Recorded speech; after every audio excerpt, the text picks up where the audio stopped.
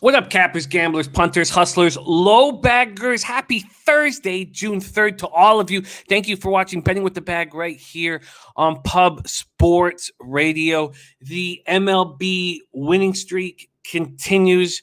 We went 3-0-1. We had a push in the Jays -1, but 3 winners. Cubs first 5, Rockies first 5, Oakland A's -1. That's 12 straight. 12 straight. Got crushed in NHL last night. Clearly making a mistake in the way I'm capping the Montreal Canadiens. We have a lot to talk about with the Scheifele hit. We have Mr. Gogster and Nicholas Earle joining us for NHL. And a 3-1 night in NBA, which covered our nut and got us a profit. And then a winning night on Razor Sharp's thoroughbred horse racing show. We are 48 hours and 16 minutes away from our Belmont Steak show all day long, baby. Feeling good. I have made 2 bets in MLB. I'm going to be very choosy with my MLB action to continue the glory. But great to see everybody. Let's keep rolling. With Brian Watson in the house. FAP win. Best bet, Texas, Colorado. Colorado score first. And he is unleashing the load. Yes, the market went way against me in the Colorado first 5 yesterday, but it cashed. Platinum Paul in the house. Plenty of cash on the board. Let's get some, says Platinum Paul. Guillermo Zertucci said, send you tomorrow's form. Oh, you're a great man, Guillermo. A great man. Thank you for that. North Ender in the house says, can the Caps get a little RSBCT yet? They certainly deserve it. Is it the ghosts of the form, the superstars? They're playing inspired hockey. And Dennis Garcia says, can't wait to cap a Baffert-free Belmont. There's JT ready to get to work. Colorado Bull in the house. Colorado Bull. Love you. OG low bagger right there. DC says, technical analysis in the 8th at Belmont. Good shot from our guy, DC. There is Turnsey ready to get to work. Slatsy in the house, thank you. Says Steele reeling over Scheifele's brutal hit on Evans. Let's see the NHL bullshit their way out of this one. It's a violent sport. And, you know, it was a violent hit. And you have every right to be extremely upset. Scheifele saw an opportunity to send a message, and he certainly sent one.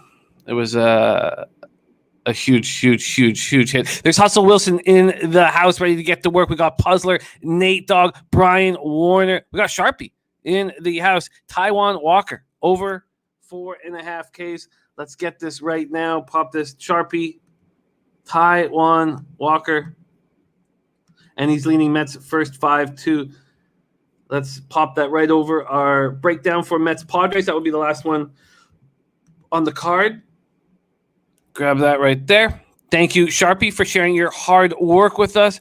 Rob Garvey. Cubbies, says Rob Garvey. Yes. Cubbies first 5. Was it casher? They're rolling right now. Sweeping the Padres. They are rolling. Gerald Jones says, hit Jays with 19 and comeback. Yeah, the Jays are just a very good baseball team. Trinity says, clean hit. Keep your head up. It was just a violent hit. And we don't see it very often anymore in the NHL. And Waldo says, bet against my Knicks. At least I won some money instead of being sad. I hit the under in that game. Razor Sharp coming off a 2-0 sweep. Razor Sharp's thoroughbred handicapping show tonight. We talked a lot about the Belmont last night. Very interesting takes from all the guys. And you got to check out Razor's horse racing show. It is so much fun. All right, Robert Allen said, told y'all Hawks and Mavs were winning. You did, Robert Allen. You absolutely did, my man. There's Nilo in the house. Joseph Gomez says that Sixers line didn't move for a reason. Yeah, I got very fortunate to hit the Wizards team total over. I got that by a half point and probably did not deserve it. Bama boy needs some winners. Let's get it for you. the Orioles Twins spot.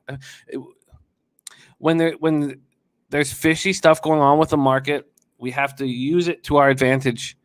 And 2 years ago, even last year, I make the bet on that over.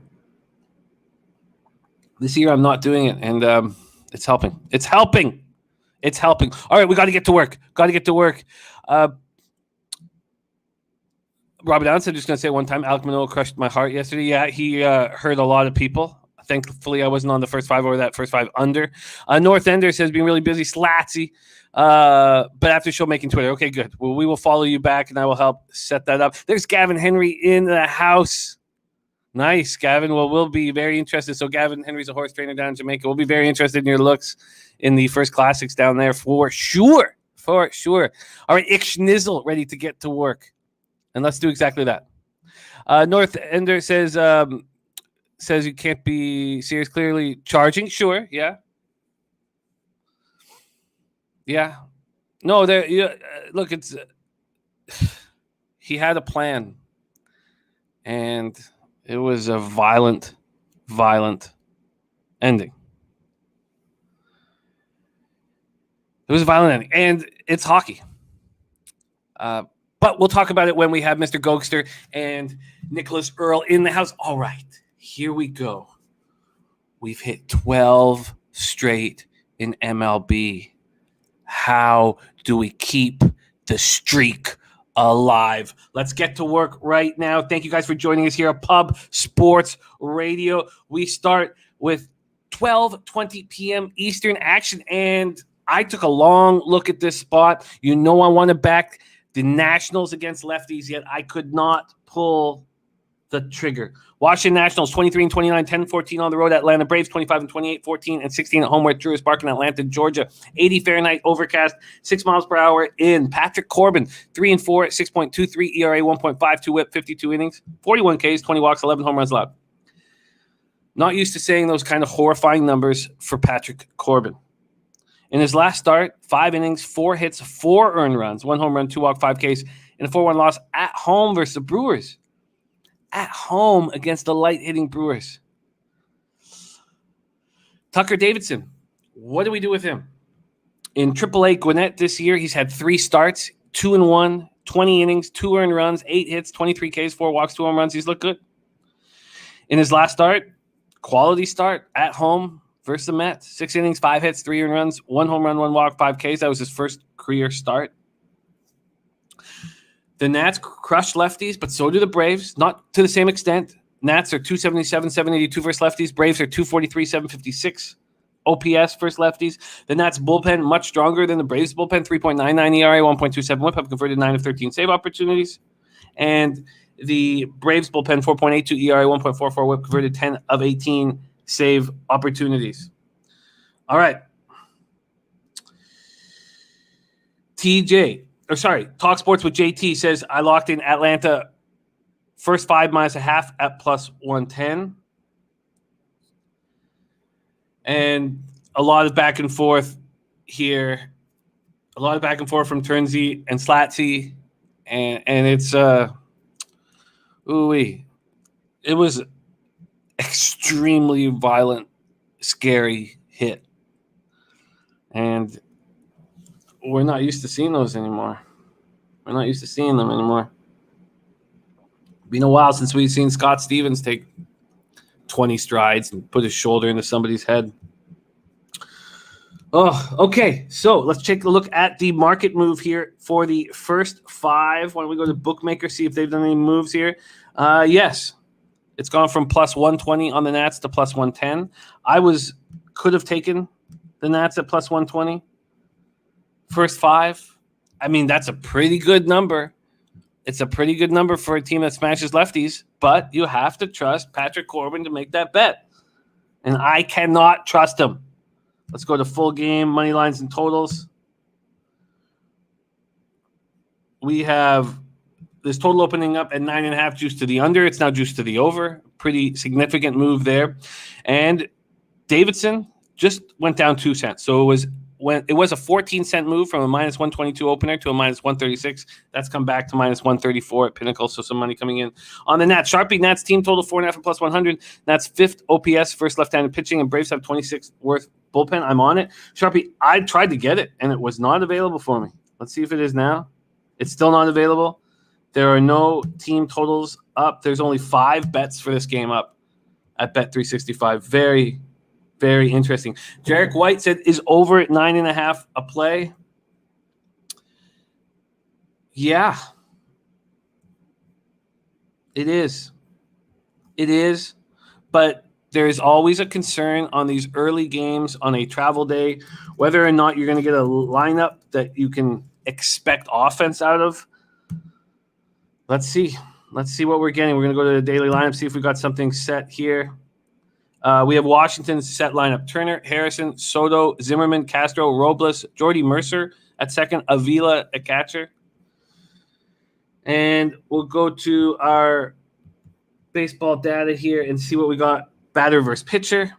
And here we go against Corbin. He's been good. 269, 690 OPS. And they haven't seen Tucker Davidson. There's just too many unknowns for me to confidently move, and I can't do it. Sharpie said, yeah, I had to take Corbin out of the mix, but get anyone taking the Nats, take them full game. They have the better pen by far. Brian Warner on Freeman for a homer. TJ's also on Nats, team total over. And there'll be no move for me on this spot. If you want to get a quick look at where the money is, let's pull this up right now and see what we are dealing with. And as soon as that Mariners lineup comes out, we'll talk about it. But at this point, with the winning streak on the line, I cannot trust an edge, an angle. I cannot trust at all. All right, let's pull this up. Sorry, so just take a second. I should have had it up already. I apologize. We don't have Jose, our producer. He is in Houston for the big Red Sox Astros series. And here we go. All right, we are in, and let's see what we have for this early game. We have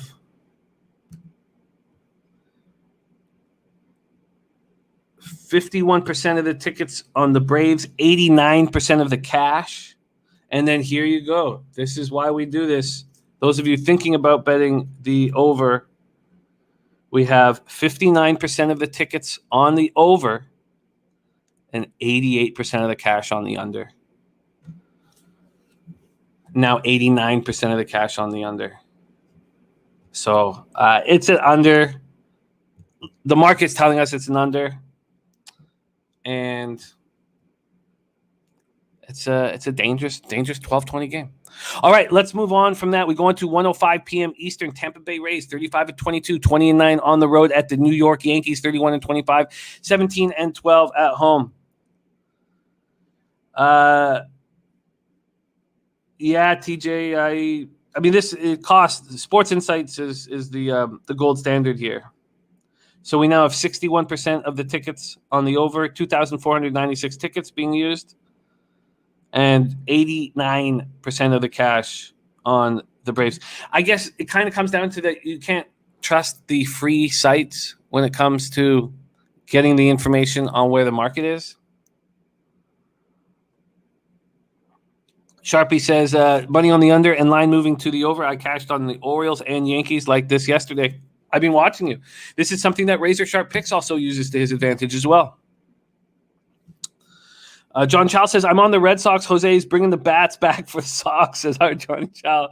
All right, and Ick Schnizzle, Rays, Tigers, Mets, no run, first inning parlay. First action in a long time. I like it. I like it, Ick Schnizzle. All right, there's our guy, Viper MB, in the house, listening while working. Thank you for that hustle, Viper MB. Okay, Rays, Yankees, let's go. Yankee Stadium, Bronx, New York, 64 Fahrenheit, overcast, 6 miles per hour, sideways out to left. Yarborough versus Garrett Cole. Yarborough 2-3, 4.26 ERA, 1.21 WHIP, 57 innings, 12 walks, 8 home runs. Garrett Cole, 6-2, 1.78 ERA, 0.83 WHIP, 70 2/3, 97 Ks, 9 walks, 5 home runs. Yarborough has this issue where when he starts, he's not quite as good as when he's the primary for whatever reason. The Rays are hitting 233, 733 OPS versus righties. The Yankees versus lefties are 241, 700 OPS, and that number's going up. Rays bullpen, 3.38 ERA, 1.21 whip, converted 17 of 25. Yankees bullpen, 2.70 ERA, 1.06 whip, converted 16 of 20.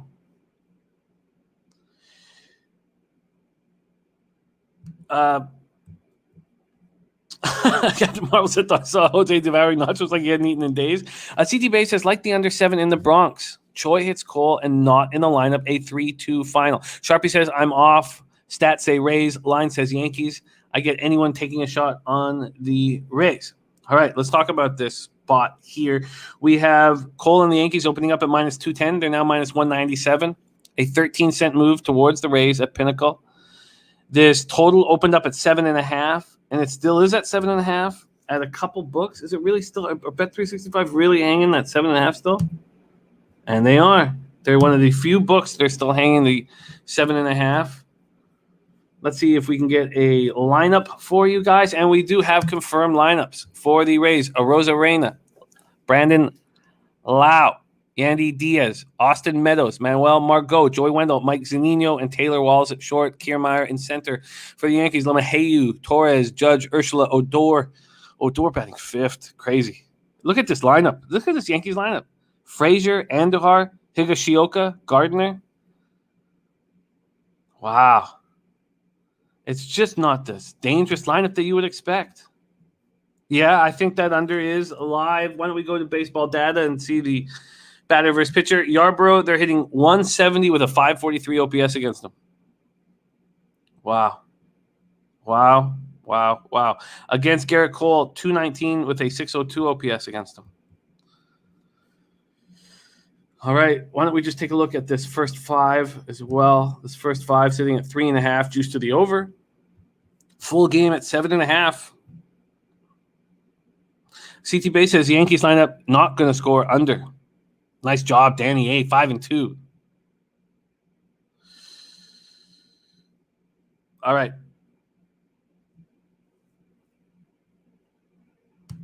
And still very interesting back and forth between the boys on the hit. Ooh, yeah, you upset Shane Weber, and that could end up with knuckles in your face. Okay, I like the under here in this daytime game. I do not believe that 7.5 is going to be available for me. I don't think I want it at 7, but if that 7.5 happens to be hanging around here when this show ends, I will move on it. And I don't want that 3.5, even though I don't mind it. I don't mind the 3.5. Okay, and why don't we just take a quick look and see where the market is done with this spot as well. We have on the total 52% of the tickets on the over, 56% of the cash on the over. So pretty even, but moving towards the under. And then look at this discrepancy. You got 60% of the money line tickets on the Yankees, 96% of the cash. Wow. All right, let's move on. Puzzler says, I feel the Yankees will start to hit better soon-ish. Sterling Gentry says, Rays win and under. There's Mr. Gogster in the house. Sharpie says, Yankees 20th OPS versus lefties. Rays 8th OPS versus lefties. Rays 8th OPS versus righties. Yes, we can bask in the glory of the facial hair that I'm growing for the Colorado Avalanche, who are now 6-0. Do they run straight to the Stanley Cup is the question. Or will the Les Habitants have something to say about it? Because they are playing special hockey. All right, I'll see if that 7.5, under 7.5 is available. Let's move on to 2:10 p.m. Eastern. Boston Red Sox at Houston Astros. I wanted the first 5 minus a half, and it was not available for me. It was very frustrating. Let's see if it's available for me now. Props. And there is no first 5 minus a half. I need that. Sharpie says he's now on the Rays. Turnsy says bleach your hair too. I will not. Yes, it is, North Ender. It is a playoff period. I did start it a little late, but it has started and it's staying until the Avalanche either hold the Stanley Cup over their head or get eliminated. Okay. I want first 5 minus a half on the Astros. We're at Minute Maid Park in Houston, Texas. Light rain, so I expect the roof to be closed. I guess I could confirm that, and I probably should confirm that. Why don't I confirm that right now? Oops, not there. Okay, let's just confirm the roof status here. There's Matty Ice in the house, star of the TAINT play of the day. Oh, Matty, it is so great to see you. We've been sending you and Big Briggsy all the love and energy and positivity that we can. And here he is, our guy. And we don't have the roof status still, but I expect it to be closed. Look at our Matty Ice, back to normal. Which means they're home. Oh, Matty, that makes us so happy. Wow, what a strong son you have in Briggsy. You must be so proud of him. I am Matty Ice. We've hit 12 straight. We've hit 12 straight in MLB. Marty Perez, I want to fade him. Although he's been good this year. 3-2, 3.55 ERA, 1.28 whip, 15 2/3, 48 Ks, 17 walks, 4 home runs. In his last start, 5 innings, 5 hits, 2 earned runs, 1 home run, 0 walks, 4 Ks, and a 5 to win at home. Versus Miami in a rain-shortened 6-inning game. Jake Odorizzi. I can understand some people not trusting him, but his last start was nice. It ended up being an 11-8 final score, but not on his behalf. He went 5 1/3, 3 hits, 1 earned run. No homers, 1 walk, 4 Ks, and 11-8 extra inning home win versus the Padres. The Red Sox hit righties hard, 251, 757 OPS. The Astros hit lefties hard, 284, 788 OPS. The Astros hit lefties very hard, and they hit Marty Perez. Red Sox bullpen 3.70 ERA, 1.37 whip, converted 16 of 23 save opportunities. Astros bullpen 4.45 ERA, 1.36 whip, converted 11 of 21 save opportunities. Let's go over to the baseball data here.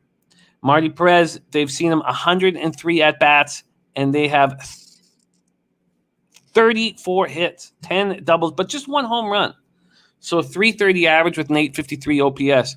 For Jake Odorizzi, they're hitting 282, 853 OPS, but the roof should be closed. Bloods W says Odorizzi will get touched. Red Sox team total over. I get it. Let's see what the market has done here. We have Houston opening up at minus 125. They're now at minus 134. Minus 134. But when we go to first fives, we have Houston opening up at minus 160, opening up at minus 154. The initial money going towards the Red Sox, going down to minus 145, and then back up to minus 160. And I'm not going to take that kind of juice. I need a minus half. Rob Garvey, I can't. We don't have our producer here, so we're gonna. He's drinking probably for breakfast after his Red Sox took it in the back of the khakis. So I can't. But I will do the timestamps when the show's over. And I apologize that we don't have. Yeah, it's Jose makes the show look real nice, man. He makes the show look real nice. There's our guy Dutch Boy Fresh coming off a big night in NBA. Great to see you, Dutchy. All right. So I want first 5 minus a half. And I don't know if they're going to allow me to bet it. I think that Jake can keep the Red Sox bats at bay enough for the Astros to smash lefties. And then I don't want anything to do with the Astros bullpen. So let's move on. 3:10 p.m. Eastern. Next up, Texas Rangers, 22-35, 9-22 on the road at the Colorado Rockies, 22-34, 18-12. Joe Chris on the Rays run line. Astros first 5, White Sox run line, Giants money line for our Joe Chris. Sharpie says my book has minus a half at minus 125. I'm on the first 5 over 5. Both teams are top 4 OPS, first opposing pitchers. I get it. Brian Warner says we talking under so much. Noli about to show up. I hope so. Nate Dogg is on Texas money line, and that means he is backing Mike Fultonavich. 79 Fahrenheit, 5 miles per hour. In is the wind at Coors Field. Northander says NBA was all money yesterday. I'm mad I didn't hit the book harder. I wish I had tripled up on the Jazz. I mean, it's easy to say. Easy to say, but it was a very easy win for us on the Jazz at home. All right. Let's keep rolling here. Yes, Turnsy, I have that information for you. The New York Islanders are increasing capacity to 12,000 So we heard what it sounded like with 9,000 in Game 6 of the first round. They are increasing capacity to 12,000. Slatsy says Bet365 knows how hot you've been. They're going to start blocking you. Well, it's they have no say because my local acts as if he's Bet365, and it's nice to get that guy right in the old drink hole. There is good in the house as New York Islanders tonight. Okay, so let's keep rocking here and break down this spot. Fulton Avich, 1-5, 4.31 ERA, 1.29 WHIP, 62 2/3, 44 K, 16 walks, 12 home runs. He's got back some of his velocity that he had lost in his last start. 7 innings, 6 hits, 2 earned runs, 1 home run, 1 walk, 2 Ks, and a 3-2 loss at the Mariners. Sharpie says, here's a stat I heard on ESPN. LeBron James, number 1 NBA history in points scored on an elimination game. Take his points over tonight. Thank ESPN later. Interesting. And Good says, Islanders and the under taken to the window. Joe Chris says, lean Lakers. I look forward to talk about NBA. It's been a terrible season, but we're starting to put a couple wins together, coming off a 3-1 night. Austin Gomber, the big lefty, 3-5, 4.55 ERA. Why don't I have him listed here as a lefty? I know he's a lefty, right? Are we here? Yes, he's a lefty. Austin Gomber. In his last start at the Pirates, he went 4 innings, 5 hits, 2 earned runs. There were solo shots, 1 walk, 5 Ks, in a 4-0 loss at the Pirates. He's a 1.20 WHIP so far this year. Too many walks, 23 walks and 57 and a third. Rangers bullpen so much stronger than the Rockies bullpen. 4.10 ERA, 1.35 WHIP, converted 12 of 19 save opportunities. Rockies bullpen 5.33 ERA, 1.52 WHIP, converted 8 of 17 save opportunities. And Juan Polo says, everyone keep bringing up old stats about LeBron James. He's not the same LeBron James anymore. Get that through your head. Well, he is a LeBron James that needs to hit outside, hit from the perimeter. And when he hits from the perimeter, he can put up a lot of points, but he's certainly not moving, he's certainly not destroying the paint like old days. Matty Ice says, taint, ? I'm getting excited. I am getting excited, but we'll leave our friend Matty Ice, the legend, at his leisure. If he wants to drop it for us, we'll be all ears. Okay, so let's see what the move here is with Gomber, and let's look at the batter versus pitcher as well. Against Fulton Avich, 40 at-bats. They're 6 for 40 with 2 doubles and a homer, 150 average, 552 OPS. I don't really trust those numbers because he's certainly not that pitcher he was 2 or 3 years ago. And Culberson is the only one who's seen Austin Gomber. He's 1 for 1 against him. I don't know what to trust here, man. I do not know what to believe in. I don't believe in either pitcher. Let's see what the market is doing here. We have the first 5 total at 6. It was originally juiced to the over. It's now juiced to the under. We have the Rockies as big favorites. First 5 minus 145. Let's go to full game money lines and totals. And we have this opened up as a pick'em. And there's been a huge move towards the Rockies. A 19-cent move at Pinnacle towards the Colorado Rockies. And the taint play of the day is in. I've not been able to press this button in a long time. The taint play of the day is in.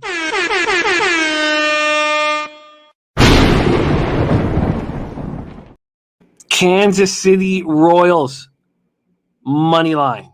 The taint play of the day. I repeat, taint is in.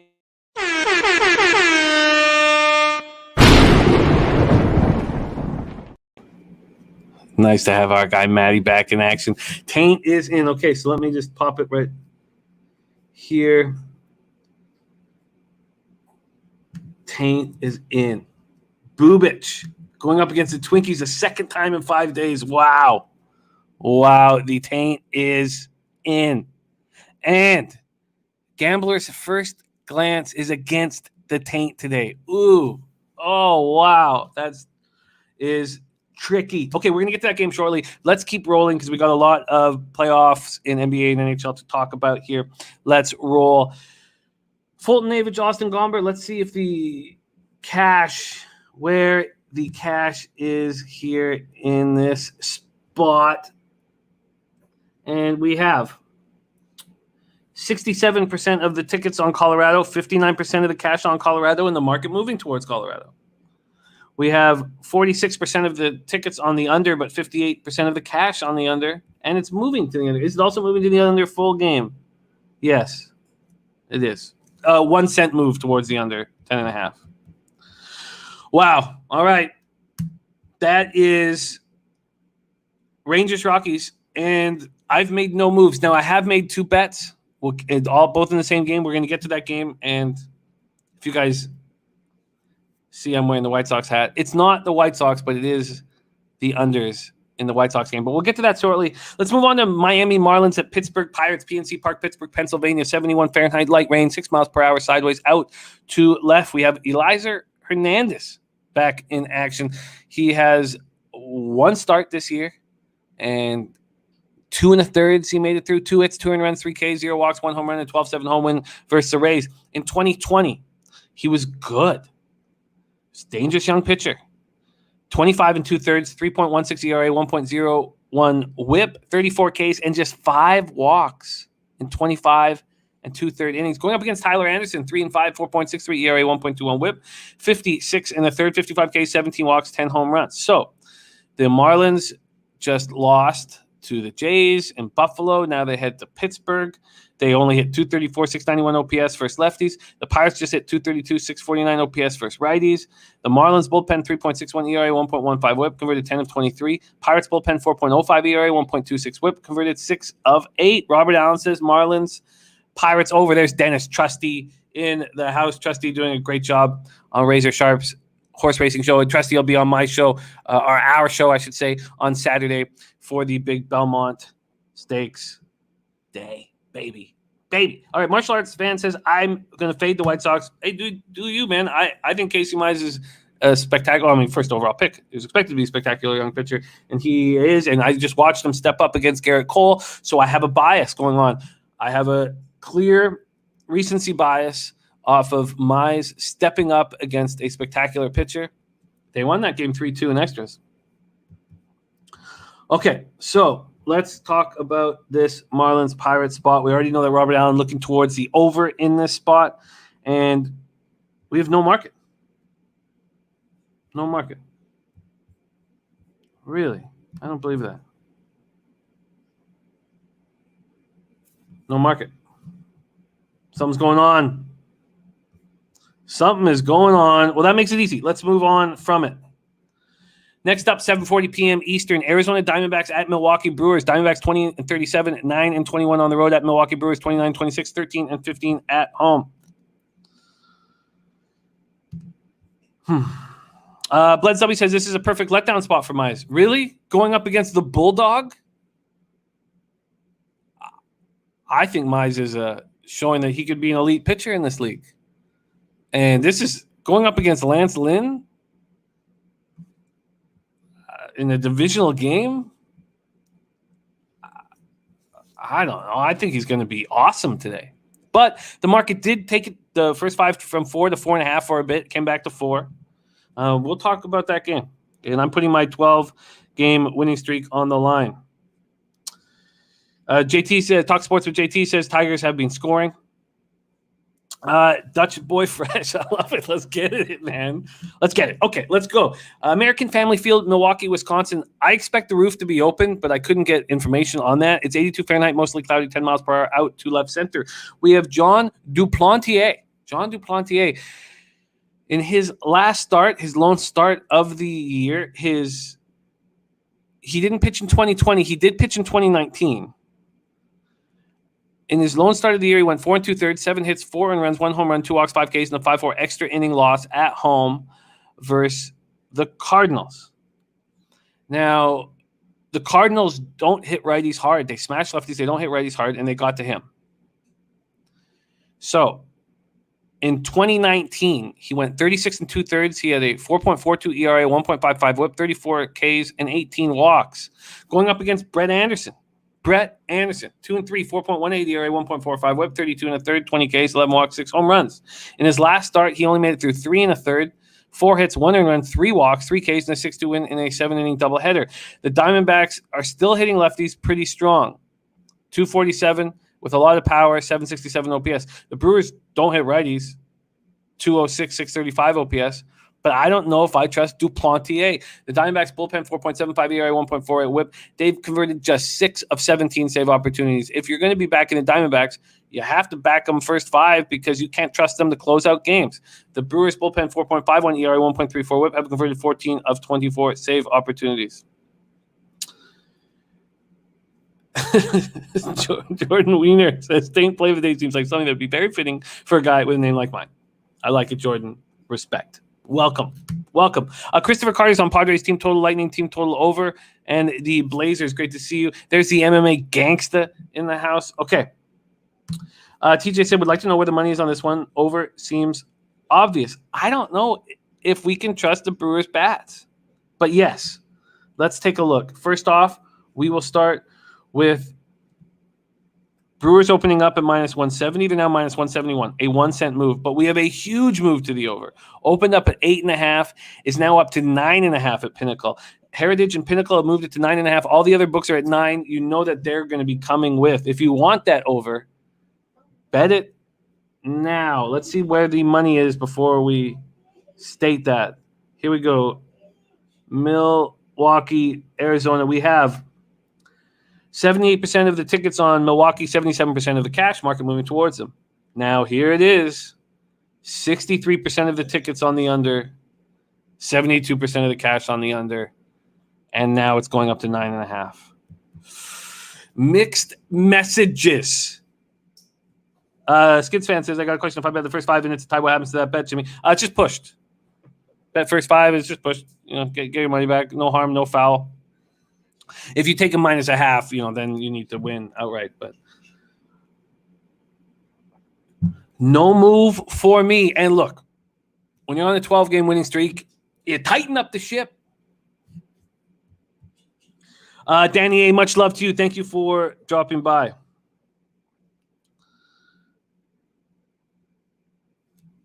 Sharpie says that means they know it's going over. They're asking for money on the under.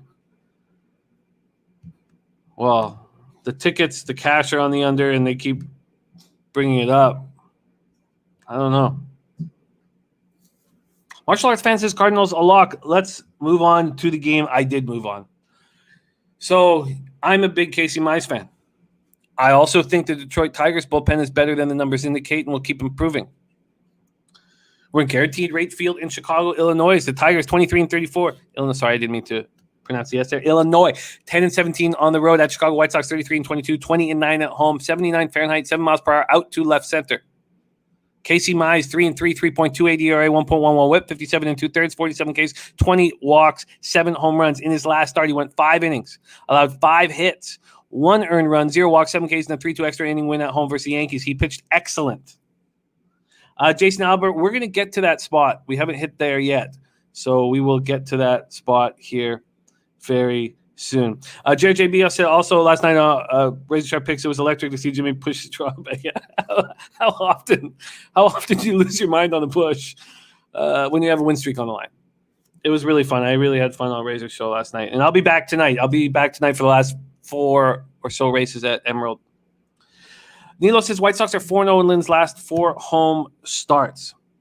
Lance Lynn, the Bulldog, 6-1, 1.37 ERA, 0.93 WHIP, 52 2/3, 57 Ks, 15 walks, 4 home runs. He only made it through 5 innings in his last start. He's had 2 straight starts at home. This will be his 3rd straight start at home. They have not scored a run on him there in his last 2 starts. 5 innings, 3 hits, 0 and runs, 0 walks, 7 Ks, and a 3-1 win at home over the Orioles in a 7-inning doubleheader. Tigers versus righties, 229, 675 OPS. White Sox versus righties, 249, 724 OPS. If you're going to take an under in a White Sox game, you want there to be a righty on the mound. Tigers bullpen, 5.14 ERA, 1.50 WHIP. They've converted 11 of 19 save opportunities, but I do think that they're better than their numbers indicate, and they will improve as the season goes on. And White Sox bullpen, 3.55 ERA, 1.28 WHIP, 14 of 23. And there's our guy. What a guy. Don't ask, don't tell. Every day giving a dono to the cause here. It means so much to us. This Liz Robocop is ready to eat. Oh, I remember those days. Thank you, man. Thank you. Oh, man. Ron Lofton says Arizona's new gambling laws to take effect before football season will be nice to have a different book options. Yeah, Ronnie. And we expect the same thing here in Canada before the football season starting. We expect that to happen for us. Okay, so let's go to batter versus pitcher. Let's talk about the market moves here. And it opened up at 8, minus 112 to the under. It's at 8, minus 111. The White Sox opened up at minus 192. They're now minus 196. So nothing really there. Let's go to the first 5. In the first 5, we have, where are we? Here we go. We have it at 4. It was originally over 4 at minus 120. It's now, you know what? Why don't we go to Bookmaker and look at their market move? I trust their first 5 market moves. Here we go. Total. So it opened up under 4 minus 120. It went up to minus 125, went down to minus 119, and is back to minus 120. Okay, so let's go to batter versus pitcher. Baseball data here. In this spot, we have Casey Mize. They're hitting 211 with a 558 OPS. They're 8 for 38 with 3 doubles. No triples, no homers. They don't hit them hard. Abreu, 1 for 6 with a single. Moncada, 2 for 6 with a single and a double. Tim Anderson, 1 for 8 with a single. Okay, and against Lance Lynn, they're hitting 206 with a 516 OPS. 13 for 63. Sharpie says, I don't think the Tigers' bullpen is improving. I'm on White Sox minus 1.5, minus 110. We have number 2 and number 4. Sox are 11 spots better OPS, 20 spots difference in bullpen. This sets up a minus 1.5 Sox win by 2 or more. I hear you. And Matty Ice, Mariners, Angels, first 5 under 4.5 plus 100. Says, love this look almost as much as I love Taint. Let's copy and paste that. I'm going to pop that up here. I watch the Tigers closely, and I think that their bullpen is improving. And, I mean, it's not a great bullpen, but I think by the end of the year, they'll get that ERA down a half run from where it is right now. I think it'll be at 4.65 from where it is now. All right, let's get this Mariners Angels spot here for Matty Ice so we can discuss it. And Earle Sports, Detroit first 5 plus 165 says, I really like backing Casey Mize first 5s. I get it. And if you want, it's because the game's expected to go under, they're going to charge you a lot for that first 5 plus a half. I'm not going to make a third bet on it, but I have the first 5 under 4, the full game under 8, and I've hit 12 straight. Will it go to 13 and 14? And will I get that 7.5 on the under in the Yankees game? Still there. Still there. And Good says LA under first 5. You know the vibes, Matty, says our guy Good. Okay, so there you go. Let's take a look at what the market's done with this game, even though I'm not going to let it scare me. Should it scare me? We have 62% of the tickets on the over, 56% of the cash on the over. I'm not going to let it scare me. Not going to let it scare me. There's Trot Wham in the house. Wham Bam. Great work yesterday, especially helping guide me towards the Jazz minus 9.5 and the Knicks under. It was a nice 3-in-1 day for me. All right. Sharpie says, my book dropped the Yankees game to 7, then back up to 7.5. So I think you're good on the 7.5. Okay. Interesting. Okay, let's roll on. And Sharpie, what do you think of the under 7.5? While Dos says Yanks use their bullpen a lot lately, Cole has to go deep, kind of like that under 2, although I think Yanks are waking up. Okay, we move on to the taint play of the day. The taint play of the day. Kansas City Royals, money line. Let's break it.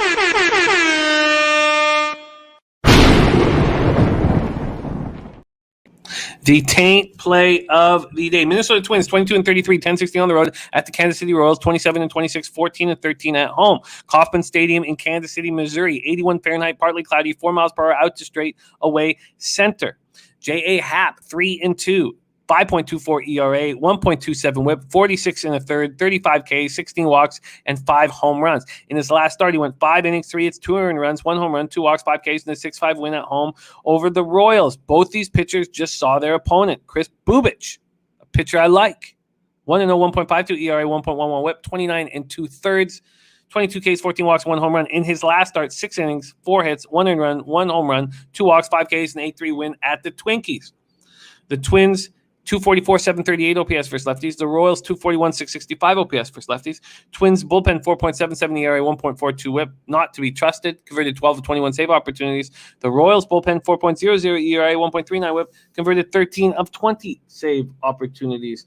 Let's go to batter versus pitcher against Happ. They're hitting 256 with a 748 OPS. 33 for 129.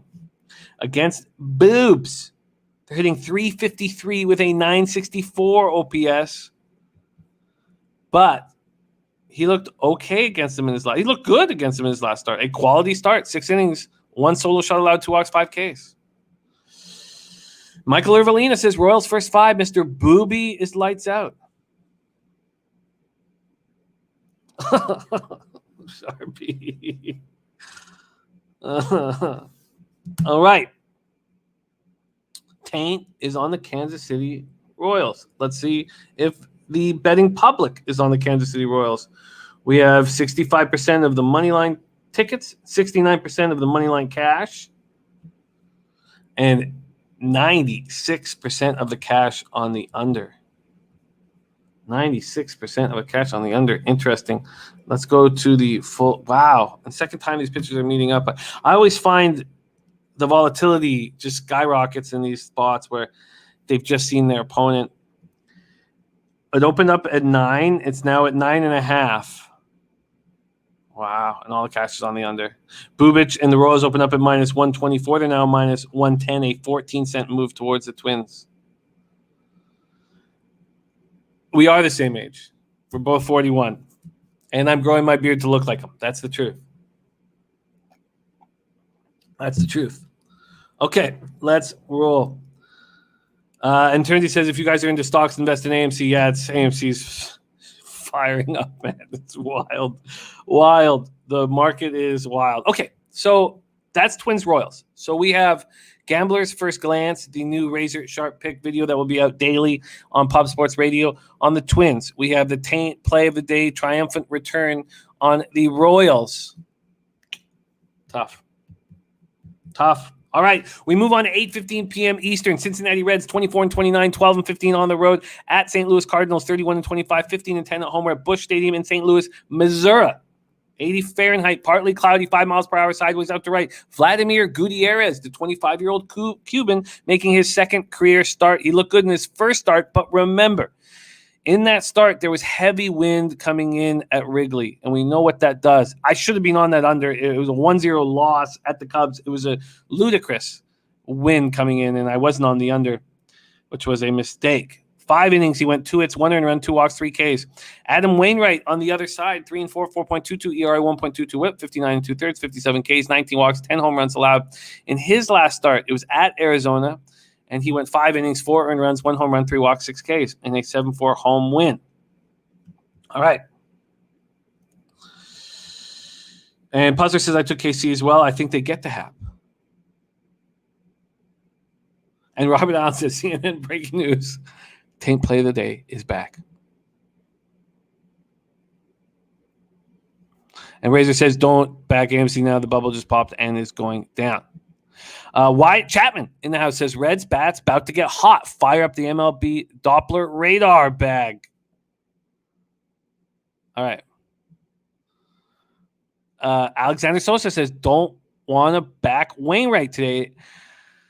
Joey Harp's on the over 8.5. Now, is his still home road dichotomy just ridiculous? Let's pull this up here. Let's get his splits up here before we decide, because I do think that the market will look at Vladimir Gutierrez and think that he had a good start when it was clearly very helpful because of the wind. And I'm not saying necessarily he's going to get touched here, but it was the wind.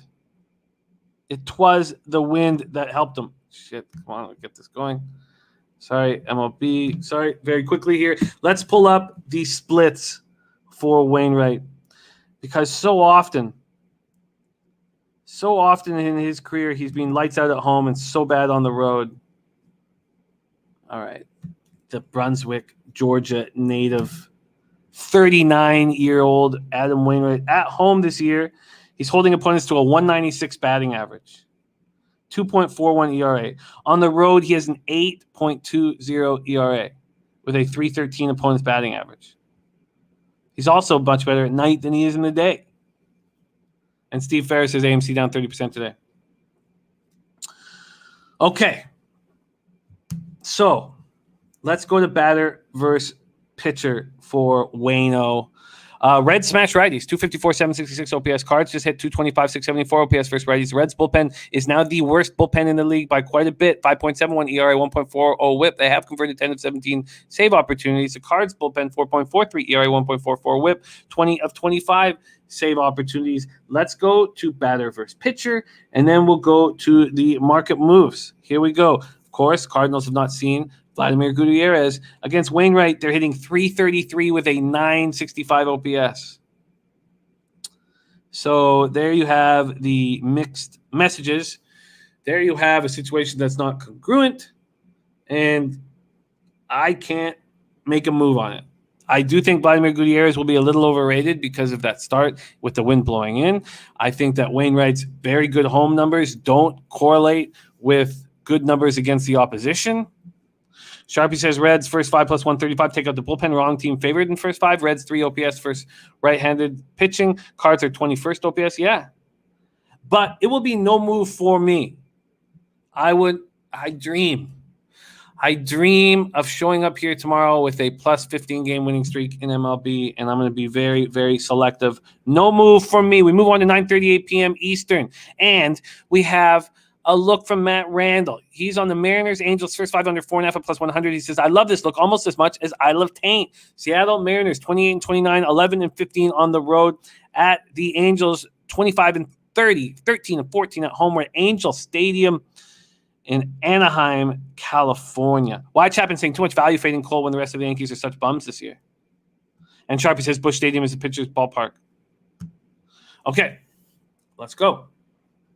70 Fahrenheit, 10 miles per hour, out to left center. Justice Sheffield going up against Griffin Canning. Sheffield, the lefty. Someone I have high hopes for. He's not been very good this year, but he's coming off a good start. A 3-2 win at home over Texas. Texas doesn't hit very hard, and we know that Seattle's a pitcher's ballpark. 5 innings, 6 hits, 2 earned runs, 0 home runs, 2 walks, 1 K. On the year, he's got a 4.96 ERA. He's 4-4 with a 1.57 whip, 49 innings, 35 Ks, 20 walks, and 5 home runs. Griffin Canning coming off a good start, a quality start at home versus the Rangers in a 9-8 win. 6 innings, 4 hits, 3 earned runs, 2 home runs, 2 walks, 7 Ks. Mariners are hitting just 207, 649 OPS versus righties. The Angels are hitting 237, 702 OPS versus lefties. Mariners bullpen 4.16 ERA, 1.25 whip, 17 of 27 converted save opportunities. Angels bullpen 4.90 ERA, 1.44 whip, converted 12 of 21 save opportunities. And look who it is. A legend in the capping game. Big Ragu in the house. Says great news, man. Tampa Bay Diaz 2+ hits at plus 250. Cincinnati St. Louis first 5 under 4.5. He is also on that. Oh, wait, sorry. That's Cincinnati St. Louis under 4.5. Oh, great to see you back, Ragu. So, Matty says both these pitchers have great success with little power against these teams. Let's go into that right now. Matty, lead us there. Here we go. We have, first off, the total's gone from 8.5 to 9, the full game. Let's see what the first 5 has done. The first 5 total has gone from originally being juiced to the under, now being juiced to the over. Let's go to batter versus pitcher. Against Sheffield, 240, 686 OPS. 6 for 25 with just 1 double as an extra base hit. Against Griffin Canning, 111, 348 OPS. Wow. 3 for 27. 3 for 27. Interesting. So, and big shout out there for the Discord here, the And I'll be spending more time on it. This is a tough week for me with the Belmont Stakes, but I'll be on the Pub Sports Discord more. Okay, so there you have it. Mariners, Angels. Why don't we take a look at where the money is here? We have 57% of the tickets and 63% of the cash on the Seattle Mariners. From a totals perspective, we have just 75% of the tickets. We don't know what the money is at this point. Only 1,588 tickets in, by the way, there. Is more money coming in on the over? Now the over-under in that Yankees game, 51% of the tickets on the under and 40% of the cash, so it's coming a little bit back. Let's go to the first 5 here and see where the money is. And we don't know. Not counted yet. Okay. Sterling Gentry on the Mariners money line. So, Mariners, Angels, I completely get the idea here. But 70 Fahrenheit clear, 10 miles per hour out to left center. I'm going to need more time to study that. Mariners, Angels, first 5 under 4.5 from Matty Ice. Okay, we have 2 games left on the card. Then we move into NBA, and I like it. Here we go, 9:45 p.m. Eastern. Chicago Cubs at San Francisco Giants. Oracle Park in San Francisco, California. The Cubbies are 32-23, 11-13 on the road. The Giants are 34-21, 15-8 at home. We're at Oracle Park in San Francisco, California. 60 Fahrenheit clear, 11 miles per hour out to left field. We got Zach Davies, 2-2, 4.65 ERA, 1.63 WHIP, 15 1/3. 29 strikeouts. You know he's a soft tosser who needs to miss barrels and get soft contact, but he's not going to strike a lot of guys out. 29 Ks and 27 walks. That's not like him to have such a poor K to walk ratio. 4 home runs allowed. Last start, he went 5 innings, 2 hits, 1 earned run, 0 home runs, 2 walks, 3 Ks, and a 10-2 win at home over the Reds. Disclafani on the other side, 4-2. 3.56 ERA, 1.15 WHIP, 16 2/3, 54 Ks, 20 walks, 7 home runs. He's had 1 start where he got completely destroyed, and he came back and looked pretty good. Big Ragoose says strong lean on that under, like in that Seattle LA under first 5. Here we go. Willapa Photo says Giants. DC says June swoon for the G's.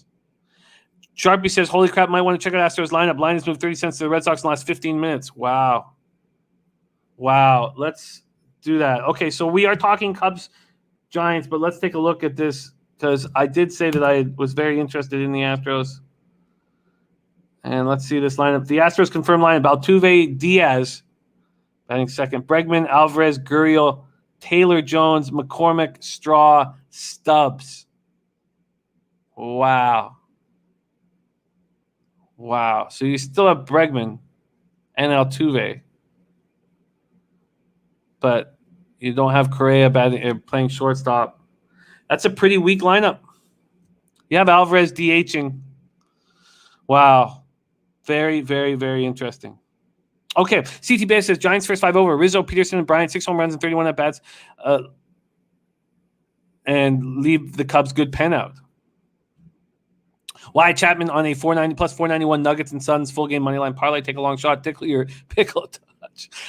Nate Dogg says I like the under in the Red Sox game. All right, so let's go back to this Cubbies spot. Cubbies versus righties 235, 714 OPS. Giants versus righties 224, 715 OPS. Cubs bullpen being lights out. 2.64 ERA, 1.2 on WHIP, converted 16 of 22. Giants bullpen being good. 3.94 ERA, 1.24 WHIP, converted 21 of 34 save opportunities. Yes, Ariel, we are moving on to NBA right after. We have one more game, and then we move on to NBA. So, Davies, Disclafani, and here we go. Let's go to baseball data here. And the Davies, against Davies, are hitting 255, but with no power, 592 OPS, 14 to 55 with just 3 doubles and no home runs. Interesting.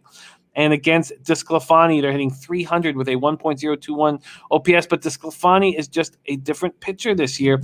And the Cubs have traveled now from Chicago yesterday after their game. They go all the way to San Francisco.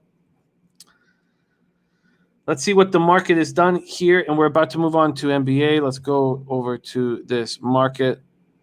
So CDB is talking about that first 5 in this spot. It opened up at 4 and is up to 4.5. Pinnacle still hanging a 4, but all the other books have moved to 4.5. So looks like the market agreeing with that look. And the total's gone from 8 to 8.5. And Disclafani and the Giants have gone from minus 119 to minus 126. I'm not getting in the way of the Cubs. Let's see what the money is done here. We have 70% of the tickets and 72% of the cash on the Giants. And 60% of the tickets, 53% of the cash on the under. And it's gone up a half run. Sharpie says definitely San Francisco spot here, first 5, because Cubs have that elite bullpen. Dennis Trusty says Cubs going out west for the first time this season. I'll take the Giants. No move for me in this spot. Let's move on to the very final game on the card, and it is the Dirty K prop of the day. We have Taijuan Walker over 4.5 Ks at minus 120. This is from our guy Sharpie in the chat. He says he is playing great ball as of late and average 1K per inning. Taking Darvish on the mound, so you should see 3 pitcher spots. That's a very good point. Leaning Mets first 5-2 at plus 165. Here we go, Mets. Padres. Mets are 27-21, 12-16 on the road at the Padres, 34-23, 18-10 at home. We're at Petco Park in San Diego, California, 64 Fahrenheit. Partly cloudy, 6 miles per hour out to right center. Taijuan Walker. Last start was a 13-2 win at home over the Braves. He went 5 innings with 2 hits, 0 earned runs, 1 walk, 8 Ks, and a 13-2 win. CT Bay saying Sclafani going to get hit tonight. Taijuan Walker on the year being excellent. 4-1, 1.84 ERA, 0.94 WHIP, 49 innings, 49 Ks, 19 walks, 1 home run. And the fact that the Jays did not re-sign him kept me from making a futures bet on them. I swear. Taijuan Walker, we just needed one more pitcher, a starting pitcher that we could really count on, and I would have made a future bet on the Jays. But they don't re-sign Taijuan Walker. He looks great in the Mets uniform. Yu Darvish, 5-1, 2.16 ERA, 0.93 WHIP, 66 2/3, 79 Ks, 16 walks, 6 home runs. In his last start, he went 5 innings, allowed 4 hits, 4 earned runs, 1 home run, 3 walks, 5 Ks, and 11-8 extra inning win at Houston. Mets versus righties, 232, 665 OPS. Padres versus righties, 239, 713 OPS. Jason Albert says Mets spot playing really good ball. CT Bay says Mets Padres probably 0-0 through first 5, going under. Mets bullpen 3 point. Both bullpens are very strong. And DC says 6.5 is a low total. Willapa says San Diego playing good at home. They're coming off getting swept by the Cubs and flying home yesterday after that bad loss. And there was a huge collision in the outfield between their Korean shortstop, who's their backup shortstop, their Korean shortstop, and Pham. And it was horrifying. And I thought it was going to catch us the first 5. We ended up getting the first 5 with a Rizzo double in the bottom of the 5th, but man, there was a collision. It looked like they caught the ball, so the guy at third tagged up and ran home. They counted the run initially, but we didn't see the ball had dropped, so they just threw it into third, then to second, got the force outs on both, and got out of the inning. Billy Pilgrim says Pham was pissed. He was so angry, and he should. He has every right to be angry. The shortstop has to listen to the outfielder. If you're running back, the outfielder's got to be the boss there. All right. Let's take a look at the market move here. Last game on the board, we have Darvish opening up at minus 161. He's now minus 169. This total's gone from 7 to 6.5. Had I wanted it, I should have got on it at 7 because I do think it makes a ton of sense. And the first 5 has gone from under 3.5 at minus 110 to under 3.5 at minus 125.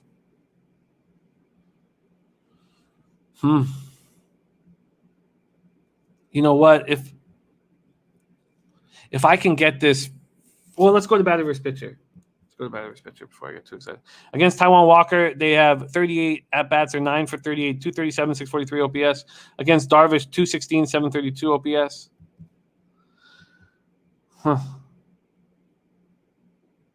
Darvish coming off not a very good start. Talk Sports with JT says I understand the under first 5, but I would even lean Mets. And Sharpie says my best bet video will be on the first 5 under 3.5 at minus 125. Yeah, I get it. First 5 under 3.5. I think I may jump on it as well. All right, there you have MLB. So if that 3.5 is available, I'm going to move on it with not too much juice. Northander says it's only at minus 110. Really? Wow. That's the best number on the board. If I can get it at minus 110, I will take it. And Champino has Walker over 4.5 Ks, which is the 30K prop. Okay, so Now, very small amount of games for me. I'm on a 12-game winning streak, and I'm being very selective. I'm going to take a good look at TAINT. I'm a little nervous with Razor going up against TAINT. I'm also going to take a look at that first 5 under that he likes and that Ragu likes, and that's in the Angels-Mariners game. I am going to move on this under 7.5 and Rays Yankees if that's available to me when the show's over. I'm already doubled up. I'm not moving on the Astros first 5 anymore. I already doubled up on the Mize versus Lance Lynn start, first 5 under 4, full game under 8. And I have interest in that under 3.5. And I'll probably move on it in Mets Padres. All right. Let's get to work. We move over to NBA right now, coming off a 3-1 day. Lost on the Wizards plus the points. By the time that was getting close to tip-off, you knew there was a problem judging the market.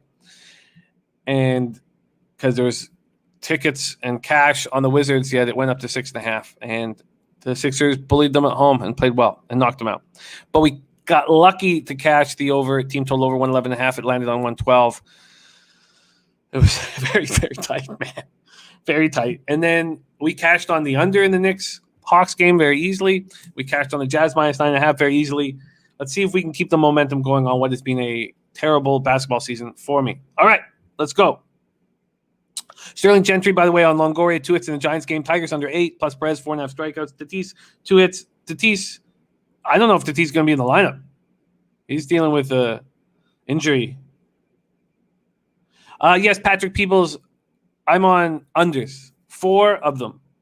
Full game, 7.5 in the Yankees game. Yankees-Rays. Then I'm on the first 5 under 4 and full game under 8 in the White Sox game. And then I'm going to be under the first 5 under 3.5 in the Padres-Mets game. All right, and One and Done Sports Betting Network has an easy 3-teamer: Yankees, Astros, White Sox. Big Ragu, New York Mets, first 5, team total over 1.5 and plus 135. Oh, and if that's going to hit, because, Darvish didn't look great in that last start.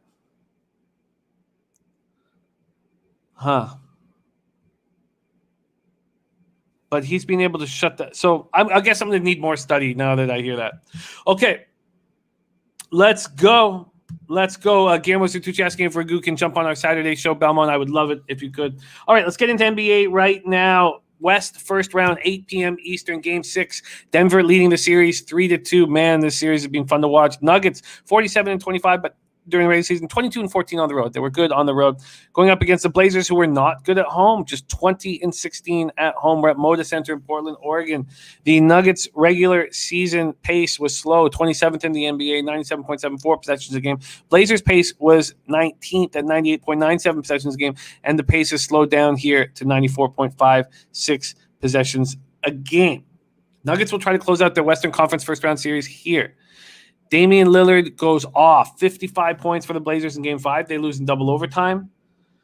Game 4, he went 1 of 10 and 1 of 6 from 3, and the Blazers won. Tricky stuff here. Let's move over and see what the market is and where the cash is. Here we go. Denver opening up as 5-point dogs. That's where they stand right now. Bet Online and UWager have moved it down to 4.5.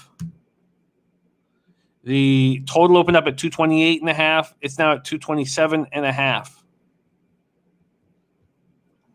Sterling Gentry says, I think Powell can get 4+ assists.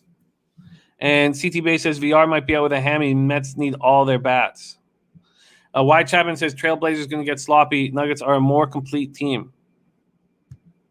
Okay. Let's talk a little more, but let's see where the money is in this spot. Move over to NBA. Okay, so on the spread, we have 63% of the tickets on the Blazers and 83% of the cash on spread bets on the Blazers. On the money line, it's 50-50 with the tickets, but 89% of the cash on the Blazers. We have a very interesting thing here with the total. And why it's going under is because 69% of the tickets are on the over, but 72% of the cash is on the under. Ooh-wee. Platinum Paul says Portland first half team total over 59. Cash it.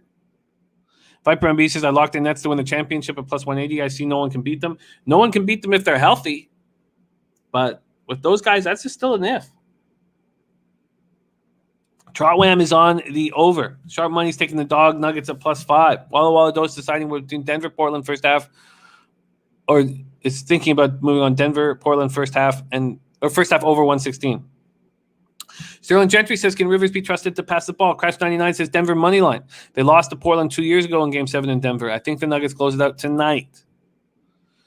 Okay, so Lillard coming off setting the playoff record for most threes. He had 12, passing Klay Thompson's 11. Also, the franchise record for a playoff game. He's averaging 35.6 points, 9.6 assists. He's shooting 47.8% from three, while making 6.4 a game. Wow. Denver led by as many as 22 in that first half, but the Blazers came rolling back. Jokic, 32.4 points, 11 boards, 4.2 assists in the series. Michael Porter had the big bounce back game. It seems like when they can get some legitimate scoring options other than Jokic, that the Nuggets win. And they got that. Monte Morris came off the bench for 28. Michael Porter gave him 26. And it was enough. And Patrick People says that I can give you 55 reasons why I will be on the Damian Lillard over 33.5 tonight. So, and Patrick People is, so you know, that goes against one of my long-term moves. And that is that I never, after a career game, I never back someone to have to go over their points in the next game. Now, Steph Curry's done it. Steph Curry's broken that quite often. But if I took the under on the points every single time a player had a career game, I would be doing very well. Now, I think it might be a little different in the playoffs, because it's such an important spot, whereas in the regular season, the guy's a career game, and then where is he, in Oklahoma City for the next game? Jokic over 10.5 rebounds at minus 135, and Nuggets money line at plus 175 for Dennis Trusty. Puzzler says, I would imagine Portland will work very hard to make it up to Lillard. DC says Nuggets are 5-0 against the spread in their last 5 Thursday games. That is Nuggets, Blazers. And I am leaning towards the Portland Trailblazers here.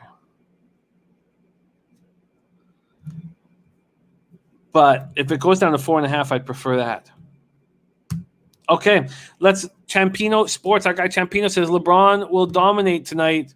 It's hard for me to think that with that roster around him, that the Lakers are going to be able to win Game 6. There are people who believe that the NBA is rigged. And if you believe the NBA is rigged, then you probably want to have your money on the LA Lakers. Sharpie said just put $120 on James points over 29.5. Like I said earlier, ESPN had a thing on how LeBron number 1 in NBA history in points average in an elimination game. And Gerald Jones 4-1 under this series so far.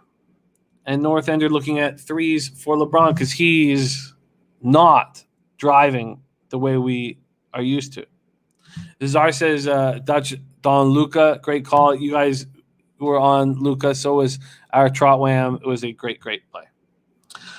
Polo that says either Lakers money line or Suns blowout. Patrick People says, I like that LeBron play. I'm going to look into that. All right, let's talk Suns Lakers. First, let's start with the market. We have Lakers opening up at minus 3.5. It's now down to minus 2. There are still a couple 2.5s on the board. The total opened up at 208.5. It's now down to 207.5, 207. Bet on lines moved down to 206.5. Viper says on Suns first quarter, first half and full game, Monty has his team focused. Viper says Lakers are dead without AD. There's Hunter Engelhardt in the house. I love it. Sweet. Hunter Engelhardt, excellent capper. Nice to hear from you, my man. Okay, so the Lakers were just 21-15 at home this year, and the Suns were a dangerous road team, 24-12. We're at Staples Center. Suns' pace in the regular season was 24th at 98 possessions a game, in control with Chris Paul. Lakers' regular season pace was very similar, 21st at 98.85 possessions a game. It's dropped about 2 possessions a game down to 96.10 possessions in the series. Anthony Davis, left groin strain. They got destroyed. I was so confidently on the Suns -5. If I was real confident, I would have, first quarter, first half, full game. I was just on them full game, but I did take the LeBron under 46.5 points, rebounds, and assists, something that he would have gone over had he played the fourth quarter. They were down 66-36 at half. But Chris Paul aggravated the right shoulder issue. And thank God for Cameron Payne playing very well. Booker is averaging 26.2 points a game in his first career playoff series. But, and there's a big but, in Phoenix, he looks awesome. And in LA, he does not. He managed 19 points in game 3, 17 points in game 4. In those first two games, he went 34 and 31. And he looked awesome last night. LeBron James says, if something changes, we go from there. I'm preparing as if he's not playing. Well, that's better than what he said in the last game. It's my accountability. It trickles down to the rest of the players. Me. Look at me. I'm going to handle everything, put the team on shoulders. When he said, I trust my teammates to step up, something that they haven't done, so maybe he doesn't. Contavious Caldwell-Pope tried to play through a bruised knee. He left Tuesday's game early. Dennis Schroeder didn't score a point. He missed all 9 of his shots from the field. And we don't have a history of this LeBron James LA Lakers squad in an elimination, facing an elimination game, because they didn't face one all last year in the bubble in their run to the NBA championship, and they didn't make the playoffs in his first season. So this is the first time we've seen LeBron in a Lakers uniform where if he loses, he gets eliminated. Dutch Boy Fresh says, I've got on LeBron James under 31.5 points, already down to 29.5. AD is playing, says Dutch Boy Fresh. North Ender says AD playing, in my opinion. Talk Sports with JT says they will announce AD playing at the last minute. Well, if they announce that Anthony Davis is playing and we get a nice spot on the Suns, I will bet them to cover. At this point, I need to wait for that information. Champino says, I'm telling you, Suns are dog money. I don't like it. If they were fave, I'd be worried. And Puzzler says there will be much wincing. So we need to know about Anthony Davis. Now, if you like the Lakers and you expect Anthony Davis to be playing and you think that Anthony Davis will play and be healthy and make it through the whole game, then you should probably take the Lakers right now at -2. And that's part of our capping, is we make bets based on whom we think will be in the lineup. And if you think AD is in the lineup, then you're going to be richly rewarded. And if you trust that AD is going to be able to get through it. Gerald Jones says if AD plays, hitting the under. Christopher Comentini says even if AD plays, he's not close to 100%. So this game is capped based on your expectation of Anthony Davis. And whatever your expectation is, you have an edge right now. So if you like the Suns and you think AD will be announced in, wait and get that 5. And that's how it's going to be. North Ender on Drummond rebound props. One of the reasons why I took that points, rebounds, and assists under is because LeBron doesn't get any of those cheapo rebounds because Drummond eats them up. So Robert Major says take the Mariners game over. So we have Robert Major on the over, and we have Matt Randall started TAINT play of the day on the first 5 under 4.5. JA on the Suns first half money line. Johnny K says NBA players are soft. Well, it is time to begin moving over to NHL. At this point, I have made no move on either of these two games coming up the 3-1 day in NBA. I need to sit with I'm certainly leaning towards the Portland Trailblazers, but I think a 4.5 would be more appealing than a 5. Oh, and with the money in this Lakers game, we have 9,000 tickets counted, and we have money line cash 50-50 Suns Lakers. On the spread, you have 54% of the tickets on the Suns, 46% of the cash on the spread. From a total perspective, we have 63% of the tickets on the under, but 64% of the cash on the over.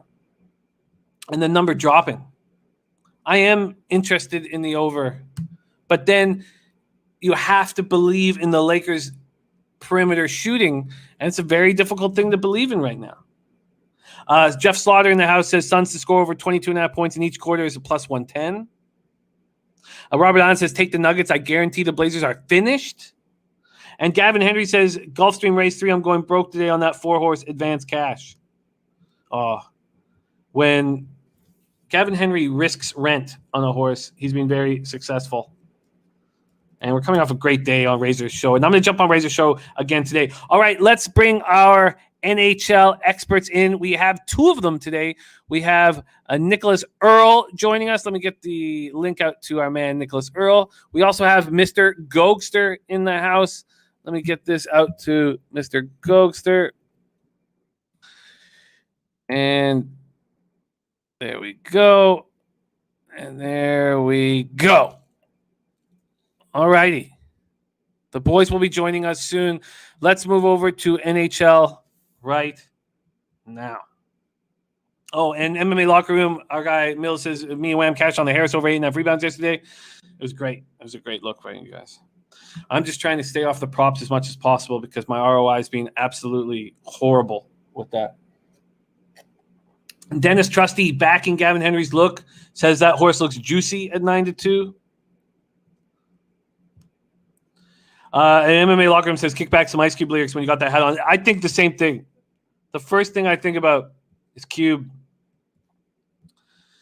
Okay, let's pop this in. So that is race 3 at Gulfstream on the 4, advanced cash.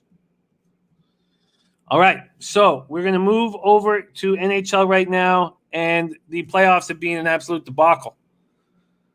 I mean, it's almost got to the point where if I cash the future bet on the Avalanche, it's just going to pay for my losing in the playoffs. Absolutely terrible.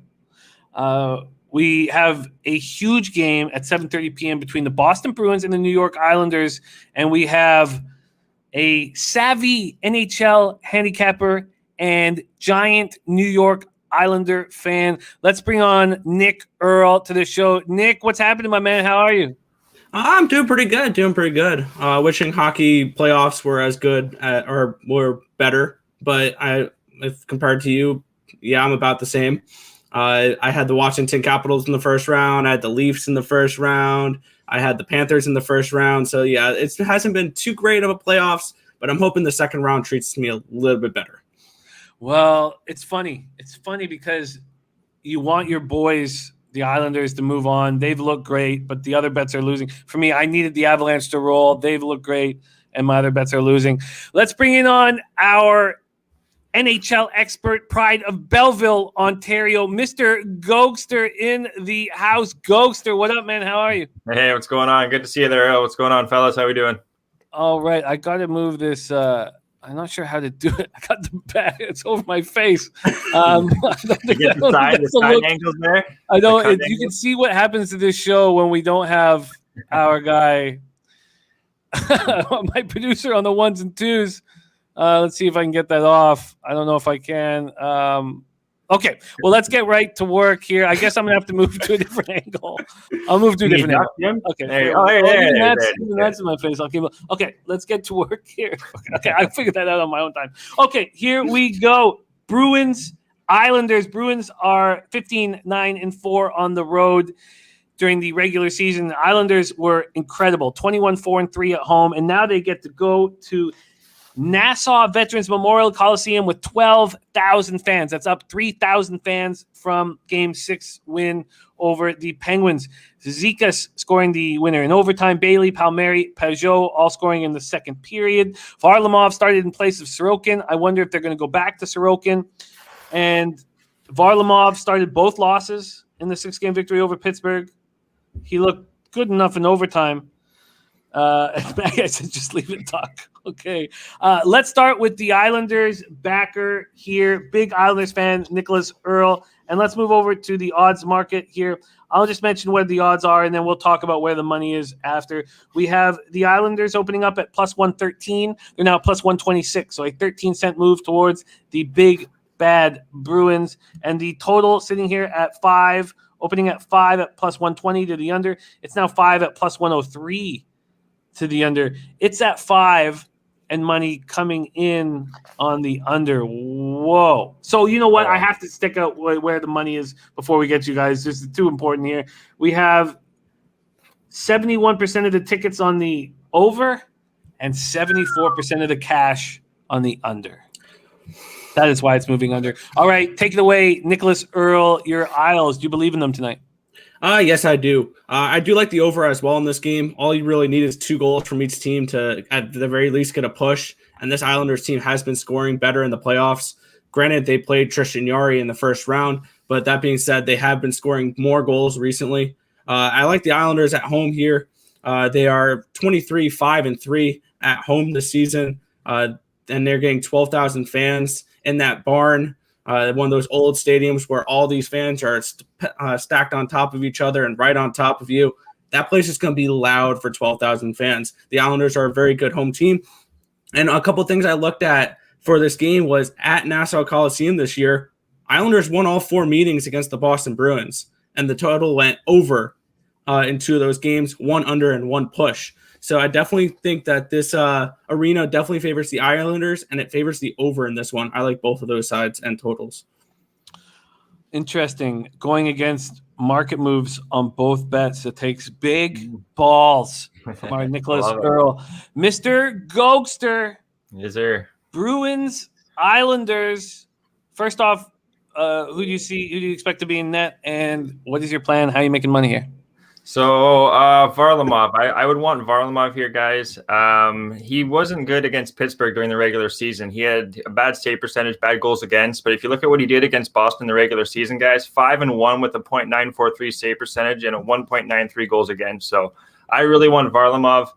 He's been proven during the whole year. He's a really good home goalie as well. So I would expect him to be in. And if he's going, I do like the Islanders here, guys, to score first. I love to score first props here. We hit the Montreal one yesterday, and I'm going back to the well here. I like the Islanders to come out with the fans behind them, get a goal behind Rask, and from there, it should be a good game. I kind of lean towards the under, but I could see where you're coming from, Earle. Last 4 games, 2 of the 4 have gone over, and the Islanders play so much better at home. So I like the Islanders to come out scoring here, Jim, and I kind of lean to the no goal in the first 9 minutes, but that went south yesterday, so I'm going to stay off of that.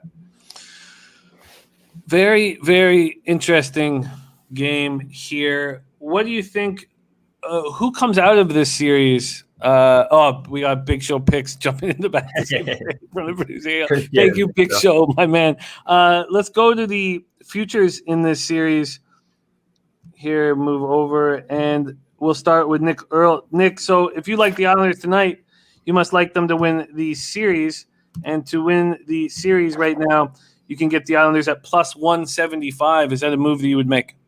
I totally do, because in my back pocket right now, I have the Islanders plus 210 to win the series. I bet before the series started. I thought this series should definitely be series probably should have definitely been much closer than it was, just because these two teams were so balanced in the regular season that I didn't really see the reason why Boston was a minus 200 favorite to win the series.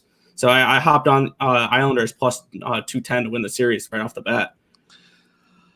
Islanders plus 210. That's a nice spot. What do you think about the outcome of this series, Mr. Gogster? Yeah, just before I get to the outcome there, one thing I wanted to say about Boston, Craig Smith could be in. He was out for the last game. It could be a Game 3 return there, so he's on the second line with Hall and Krejci. But I expect this game here. I'd still think the Islanders, Jim. I think they're going to come out strong here. And if I think they're going to win, guys, why wouldn't you take the series price at plus 175, right? So you're going to get good value. If they win this game, the line's going to drop probably to, minus 130 for the Islanders, 135 maybe. So, yeah, you definitely got to take the Islanders. If you think they're going to win this game, you want to take that plus 175. You're getting better value with the series than you are the game right now. So definitely like that series price. All right, there you have it. That is Bruins Islanders. Let's move on to 8 p.m. action. And we will also hear, because we have Nicholas Earle, talk about the Friday matchups. Canadiens, Jets, Avalanche, Golden Knights. Let's go Hurricanes, Lightning. Let's move there. Hurricanes 16-9-3 on the road. Tampa Bay Lightning 21-7-0 at home. We're at Amalie Arena in Tampa, Florida. I've loved Vincent Trocheck. I expected Florida to be hurt without him. Now, Wenberg was excellent. Verhaeghe was excellent. Picking up Hornquist was huge. They proved me wrong. But I love Trocheck, and his issue has always been injury. He's always he plays a tough, rough and tumble game, and he gets hurt. Smaller guy, yeah. And now Trocheck and Niederreiter are out. Those are big losses. Big losses. And then on the other side, you have Tampa without David Savard. Cernak playing hurt. Those aren't as big losses when you have a stud like Victor Hedman. And, their defense has been there and done that. I talked about with Mr. Gogster the Hurricanes lineup before game 2. And after talking about the lineup without Niederreiter there, I couldn't back them. And I don't know what Rod Brindamore is going to do. I think it might be time to load up one line. Yes, sir. He's not getting offense. So let's go here. We have 16,000 fans. And let's go. It's going to be nuts. We've heard how loud it is already in Tampa. It's going to be absolutely nuts.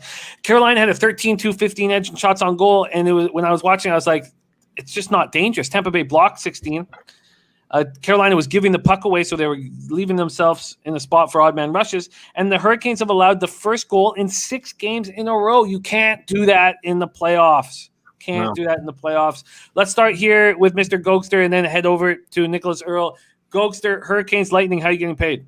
Oh, God, this one, I really dove deep into this one, guys. Like you said, Jim, I think they got to go 2 lines. Bring out Martinic, Aho, Nekes with Teravainen, Stahl, Svechnikov. The rest of them, you can mix up Fogle, you can mix up Paquette, Lorentz, but they got to start getting there going. The issue is that they've been all over them, guys. They have 76 low danger shots, 19 medium, 3 high. Compare that to 52-9-3 for Tampa Bay. They've been all over them. They just haven't got any puck luck. Nothing can get by this Russian wall that's Vasilevsky. So this is really tough. I'm actually my best bet here, guys. I'm going back to the well with the no goal, 9 minutes, 30 seconds here. Both teams are just so slow. Tampa Bay's slowing. Both teams are just not giving each other any ice to work with, guys. Both goalies are playing really good right now. You can't take away with what Neto Djokovic has done during the regular season as well. He put up a shutout in Tampa Bay, guys. They won 1-0 in the overtime. So if they win this game, it's going to be a low-scoring game. You can't take anything away from these 2 goalies. Tight game. You're also, like Jim said, you don't have Niederreiter and Trocheck. That's 40 goals from the regular season. 17 from Trocheck, 20 from Niederreiter. So there's a lot of offense for Carolina. Not as much player presence in front of the net for Carolina. So I expect this to be a really tight game. No goal first 9 minutes, 30 seconds. I got that at -110, guys. I like that one. A quick question to you, Mr. Gogster. You've been able to time when Vasilevsky is going to look bad at home. And why are you not thinking that's going to happen here just because of how strong he's been in the first 2 games of the series and how? Yeah, just because, before they were going back and forth too with McElhaney, and sometimes he was on back-to-backs, and not saying that he's played every game, but this is just a different beast right now, the way he's been playing, Jim. The one concern, actually, I dove a little deep into the first round. Game 3, both of these teams went over, and they went to overtime, 6-5 and 5-4. So the trend has been to the over in Game 3 for both these teams. So, yeah, Jim, it's a good look, but I can't fade Vasilevsky. I've been watching him, especially the game on Tuesday. We had to sweat out that both teams are scoring the third period. I just can't. Both teams are giving each offense nothing to work with, so I got to look towards no goal early, guys. I even lean towards the first period under in that game. But, yeah, expect another tight one here. So we have 66% of the tickets on the under, 81% of the cash on the under. That's with 4,173 tickets counted. Yeah. We have 56% of the tickets on the Lightning and 77% of the cash on the Lightning. Let's move over to Nicholas Earle. Hurricanes, Lightning. How are you attacking this? This series has really killed me. I have futures on the Hurricanes, and this is not looking particularly well. Those injuries to Niederreiter and Trocheck have definitely hurt.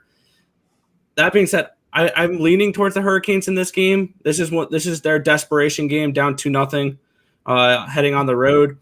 and you're getting plus 135 for them. I don't think we've seen the Hurricanes at plus 135 all season long. I know that may be for a reason because they have those big players out. I would lean towards them on that plus money line. But my bigger look would probably be the under. There's no way I can fade what this Tampa Bay defense has done and Vasilevsky. They're playing that trap style hockey that they're not giving up many high danger chances. And yes, Carolina has been all over them, and they just haven't been able to put anything in the back of the goal. Carolina has outshot them in both games, 32-15 in game 2, 38-30 in game 1, and it hasn't mattered. Vasilevsky has been a brick wall back there. So I would definitely go with the under before anything else in this game, but plus 135 Hurricanes is probably a spot I'll be on as well. See, I think that these veteran-laden teams know when to put their foot down on the throat of an opponent. And the more I look at this spot, we've already seen Tampa come home and Florida give it to them. They know exactly what that feels like, and I do not think they let that happen again here. I'm very close to moving on the Lightning here. Very, very close. Now, I've just been a train wreck in the playoffs so far. But, yes, question from Razor. Sports Insights has 4,703 tickets. With those tickets, they have 69% of those tickets on the over, but only 28% of the cash on the over in the Bruins Islanders game. And, I trust Sports Insights here more than any other spot. So that's what's going on. Okay, very, very interesting. I have decided I am going to move on the Lightning -1 to finish off. Yeah, and the problem is, too, they only had 15 shots last game, Tampa Bay, but they were good opportunities because they had a lot of, like you got Point, where am I here? Point, Cirelli, Gord. They got 3 lines in Tampa Bay that they can go the other way and put a goal past Nedeljkovic. Not to mention this guy's coming from the AHL too, guys. This is his first real test, and it's against the defending champion. So it's a lot for Ned to do. They've really rode him. Like, where's Mrazek been, right? Since he got hurt, he's been nowhere. So they're really riding Nettle. If he's not on, then it's good night, Irene. Carolina's going to get swept. But I expect a better performance, but I think it's going to be another tight game like we're leaning towards. Yeah, I mean, it's tricky with totals. I find it much trickier with the zigzag thing sort of in NBA than in NHL. But with the first 2 games going way under, I know it's the floodgates could open. That's why I'm just taking the no goal early. Because if Carolina get a couple by them, then who knows? This game could go way over. But without that net presence in front of Vasilevsky, it's going to be tough. Okay, let's move on. Great stuff, you guys. Oh, let's hear the official picks before we move on to Friday's action. Official picks here for Thursday night action. We'll start with Earle Sports Bets. Official picks. I'll go with both the dogs here. I'm going Islanders and Hurricanes tonight. Islanders and Hurricanes. It's a fun thing to do. A sports book and a 2-game night. Take both dogs. Yep. All you need is 1 to break even and 2 for glory. Mr. Gogster, official picks here. And you've had the great playoffs. What's your plan? Appreciate it, guys. I'm rocking with Earle here on these Islanders. Islanders score first. I got that at plus 100, and I'm going no goal in the first 9 minutes, 30 seconds. That's minus 110 between Tampa Bay and Carolina. Johnny K says, I'm with Earle. Great stuff, you guys. All right. Let's talk about – you can't talk about this Habs-Jets series without talking about Mr. Mark Scheifele. Hey. And we have I was initially going to give the over-under in the suspension at 4.5 games, but I don't think Scheifele's I don't remember Scheifele being someone who's been suspended before. And you always count playoff games as double a regular season game. So if he's suspended for 4 games, that's the equivalent of being suspended for 8 games in the regular season. So if I put the over-under at 4.5, would you guys take the over or under in the amount of games that Scheifele will be suspended for? Let's go with Gogster. What do you say? All right, what do I say? I say under. You say under. So what's your expectation? 3 games? I say, yeah. I was even thinking, too. I think he almost comes back for game 4 when it's at for game 4 there. But it's a tough slope. It was he hasn't done anything in the past. He's a clean player, but he was possessed by the devil after he took a penalty in the second period. Jim got a face wash and he just lost it, and then he just wanted to let it out. He didn't even go for the puck. Like, if he would have went for that's what most guys do, and it's like that. You try to poke the puck, and save the goal. He didn't even go for the puck. He went right for his head. So I say 3. Earle, sports bets. What's your expectation of the suspension? Yeah, probably 3-4 games. But if his name was Tom Wilson, it'd be a $5,000 fine. Had to throw that jab in there, but no, I think it'll probably be 3 to 4 games. I think you got that number about right. So yeah, that's probably where I'd look for this one. Give me that hook. I'll take it. 4.5. All right, let's talk about game 2 of this series and the future market here. Montreal, Winnipeg. Winnipeg opening up at minus 111. Right now they're at minus 107, a 4-cent move towards La Habitant. The total here opening up at 5.5, minus 127 to the under. It has not moved at Pinnacle. We go and look where the cash is. We only have, let's not bother. There's only 630 tickets counted so far, so let's not let that dictate anything here. And it's not even up anyways. And then for the series here, let's go to the futures on the series. And we'll go with Nicholas Earle, get him started here on to win the series. The Jets are now plus 175 after a game 1 loss and a possible suspension to Scheifele. Nicholas Earle, what are you expecting in game 2, Habs Jets? I'm expecting a bounce back from the Jets here. I think that the first game kind of woke them up. Now that they finally got a loss in the playoffs, they kind of got that punch in the face. I think they get back up. If Scheifele's out, players will step up, and I think they will be able to potentially take game 2 here. I would also lean towards the over in this game because I think we're going to see a very scrappy game, kind of like what we saw with the Rangers and the Capitals after the Tom Wilson incident. I think we're going to see something similar between the Jets and the Canadiens after Mike Scheifele there. I think the over would probably be my initial look to this game. I unfortunately have a Winnipeg Jets minus 135 to win the series ticket in the back pocket. So unfortunately, I did not get any value on that one whatsoever. So I would, if I was starting over now, I'd probably definitely go with the Jets at plus 175. I think they're still the better team, and I still think that that series win for Montreal against Toronto kind of was their Stanley Cup. So I think the Winnipeg Jets take tomorrow's game and the over. Yeah, very interesting. The trade for Pierre-Luc Dubois will be enormous now, and he's not looked very good. And you know what? I take that back. I bet you Maurice just moves Blake Wheeler over to center. Dubois has not been good enough. We've seen Wheeler be able to move to center. I take that back.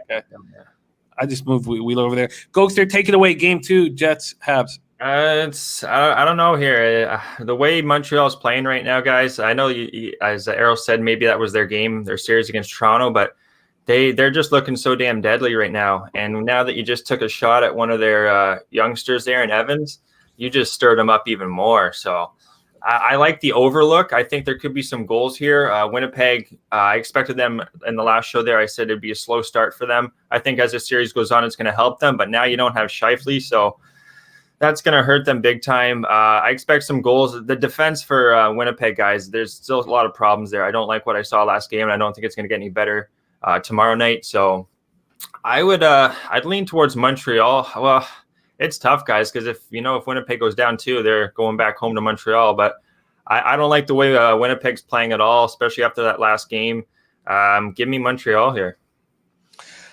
Northander says, without looking at regular season play, looking at the Habs roster, what is it that makes you not feel that this team is capable? Look, this team is very capable.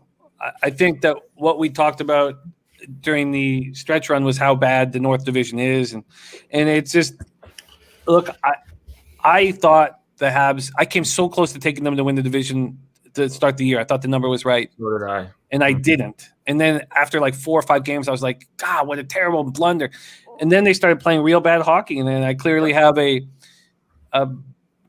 vividness bias of how bad they were playing now. They've come back. They're healthier again. They have added Cole Caulfield just to provide that excitement. Suzuki's playing very well. Mm-hmm. Look, I've made a terrible mistake, and it's cost me money. thank God for this run in MLB because this is the worst year I can remember having in NHL, and it's look, I've been very wrong in these playoffs, and the Habs. It's not the first time the Habs have hurt me badly, and they're doing it again, and it enrages me. So yeah, after watching them win 4 straight, I mean, look, did you think? I mean, remember when the Habs won the Cup? I mean, they won what? 10 straight playoff games, was it? Overtime games? 11 straight overtime games. There's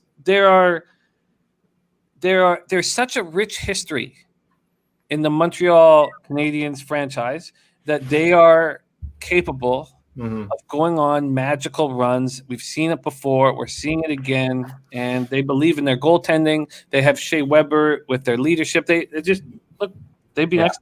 You know what? I wouldn't be surprised they beat them 4-1 in this series, Montreal, to be honest. 9 games off for Winnipeg after winning 4 straight. And one of those was in a back-to-back as well. It's just like Jimmy, you said everything about Montreal. They're playing perfect hockey at the right time. They're looking like they did at the beginning of the year. This Montreal team, I think, is going to win the Canadian division. Yeah, it certainly looks that way. Okay, so at this point, do we have an official pick in this game 2 yet? Or Gogster, are you going to still work on it? Yeah, I'm still working it, but I'm definitely thinking even the Montreal team total over 2.5 minus 125 if that's out there. I think Montreal's offense has woke up. Their defense is, and especially what happened at the end of that game, guys. It just, I don't know. I'm not getting off Montreal train, guys. As a Toronto fan, it's hard for me to say, but this Montreal team is just playing great hockey. And like I said, Winnipeg coming off 9 days rest. We got to see it, but they're going up against a buzzsaw in Montreal right now. So it's a tough task, I think. Anything for you to make official, Nicholas? No, I haven't really looked at these 2 games yet. I looked at today's slate. I looked at baseball for today. I just haven't gotten a chance to look at tomorrow's hockey yet. That's enough for one day. I hear you. Well, yeah. Let's talk about the last game tomorrow because we already have a market for Colorado Vegas. The total at 5.5. It was initially minus 113 to the over. It's now minus 114 to the under. So already movement towards the under. From a money line perspective, we have Colorado opening up at minus 108. They're now at minus 110. And Vegas at home is being a tough place to play. I can't wipe the smile off my face because I need the money badly. And they're 6-0 so far in the playoffs. And, they just look very, very good. Let's start with Mr. Gogster here. What's your expectations of Game 3? Do you have Vegas bouncing back? I can't wait to hear. And I know we'll talk more about it tomorrow. Vegas and Colorado here. I haven't thought too much about it, but yeah, they looked a lot better. I don't know, Jim. This Colorado team, I haven't had a good read on them all year. I'm a real total guy. I like to get a feel how the games go, but Colorado's tough, man. It could be 3-0 out of nowhere. It could be 0-0. They're a real tough team to gauge. You know they can turn it on at any point, but they're going on the road where I do know they've been historically more first period unders on the road. They looked a lot better, obviously, with Fleury behind them. Yeah, it's a real tough game, Jim. I'm going to have more tomorrow. I'm not too sure yet, to be honest. Because the first thing I think of, and I said that yesterday, I was like, you know what? I have no problem if Vegas wins Game 2. I still think Colorado's going to win the series, and then we'll get a nice price. Well, it's 2-0, and we're certainly getting a nice price on Colorado to win Game 3. I mean, are they capable of sweeping such a good hockey team? Nick, any thoughts here coming into Game 3 in Vegas? Do you expect to bounce back performance? No, I mean, Vegas played well in Game 2. Do you expect Vegas to hold court at home? I looked at the line over here, and I saw minus 111, minus 110. I'm like, really? This is a Colorado team that's covered the puck line in 5 of 6 games so far this playoffs. They've won 10 straight at this point, and they've been the far superior team over this Vegas team. Honestly, I see Colorado potentially in 4 in this series. Like, this is a Colorado team that's on another level over anyone in the NHL right now. And you're getting them at minus 110. That might be my best bet tomorrow. Like, that might be a 4 or 5% play for me. I don't understand why you can get the Avalanche the way they're playing right now at only a minus 110. I get it. It's in Vegas. But Colorado's not a bad road team either. They're 19-9-2 this season on the road. I mean, this is a Colorado team that's looking like a world beater, and I don't want to step in front of that and only get even money for it. So it's Colorado or nothing tomorrow. Yeah, well put. God, I'm so excited. I'm so excited about this Avalanche team. I'm so excited about a possible Avalanche, Lightning, or Bruins Stanley Cup final. I think that'll just be absolutely electric. Thank you guys so much for joining us. We're about 6 minutes away from Babano and CMAC MLB Best Bets. Nicholas, Earle, it was great having you on the show. Let's have you back more often. Can you please let our audience know where they can find you on Twitter and what shows you have coming up? My Twitter handle is Nicholas_Earle, and you can find me on Earle Sports Bets on YouTube. I do daily streams with my brother. So we are on there every single day. We do a live stream, and we're starting to do a video per day on prop bets as well. So we have everyday content over on Earle Sports Bets on the YouTube channel. I love it. Thank you for joining us. Follow our guy, Earle Sports Bets. Mr. Gogster, where can they find you on Twitter, my friend, and what do you have coming up this week? Yeah, so you know where to find me, guys, down there at Ego47. And catch me maybe even Saturday with the boys on the ponies. Whatever's going on here at PSR. You know, we got the Belmont coming up Saturday, so we'll yaw some horses home there on Saturday. And whenever there's the next hockey show, you'll see your boy, Mr. Gogster, there. So thanks, Jim, for having me on. And good seeing you, Earle. We'll see you again, buddy. And let's cash some tickets. I love it. And we have a horse race. So we have a huge day of pub sports right now. We have 1 o'clock with Babano and CMAC. Then at 4 o'clock, we have the NBA Pub Hub. That's 4 p.m. Eastern every day through the NBA playoffs. And it's an absolutely excellent show. And then tonight, 7:30 p.m. Eastern, we have Razor Sharp Picks and a horse racing show. And I'm going to jump on that. Get some cracking in me. We had a nice day yesterday. I guess I rolled in with $140 in the account, left with about left with $284 in the account, and we need to have a big bankroll for Saturday without putting it on my credit card. And we have Gulfstream Race 3 from Gavin Henry. Gulfstream Race 3. He says he's going broke today on that 4-horse advanced cash. And I like the name. When he bets his rent, when he puts his life on the line, he cashes. And Dennis Trusty back in that says he looks juicy at 9-2. And Michael Everly says, what are your ML? So let's just, what are your season bets? I just have the Avs, $500 and plus 700. I did at the beginning of the year. Tried to get everybody on it. Yeah, I'm with you, Jim. I'm with you. If I could put a bet on a Stanley Cup future, I think Earle's with us too. Colorado. I don't know if that's worth it right now. Plus 105 for them to win the Stanley Cup now. It ain't worth it anymore. It ain't worth it, like betting wise, but I think we all expect this Colorado team. Jimmy's sitting darn pretty with that. What was it, plus 500, Jim? Yeah, Nate McKinnon plus 125 to win the Conn Smythe. That's a look right there. Can I put something out right now? If you guys think Montreal is playing absolute perfect hockey right now, they're 14-1 to win. 14-1 to win the Stanley Cup. If you think they're playing perfect hockey right now, yeah, I'd take that before it drops a bit more. Yeah, I think Cale Makar at 20-1 to win the Conn Smythe. He's been unreal. He's honestly one of the best defensemen in hockey. Oh, without doubt. They win, yeah. You got to put your future bet on him to win the Norris Trophy next year. I bet him to win the Norris Trophy this year, and if he didn't get knocked out with COVID, I probably – it wasn't COVID. It was upper body injury, wasn't it? It wasn't even COVID. Johnny Cates is going to go to McKinnon for sure, but what happens if, McKinnon gets hurt for a couple games and the Avs still win? We'll see. Great stuff from our panel. Earle Sports Bets, Mr. Gogster. Head over to Babano and CMAX show. You got about 3 minutes. Pour yourself a coffee, make a sandwich, and get over to Babano and CMAC. And is it possible that we could be here tomorrow and I'll have win 116 straight in MLB? Is it possible? Possible, right? Always possible. So. I'm thinking so, guys. Mr. Gogster, can you let us out of here, my man? I'll do my best, guys. You know how we do. We're going to let those bookmakers to sleep with a little milk action, baby. Let's go, los bookmakers. It's the weirdest let I've ever seen.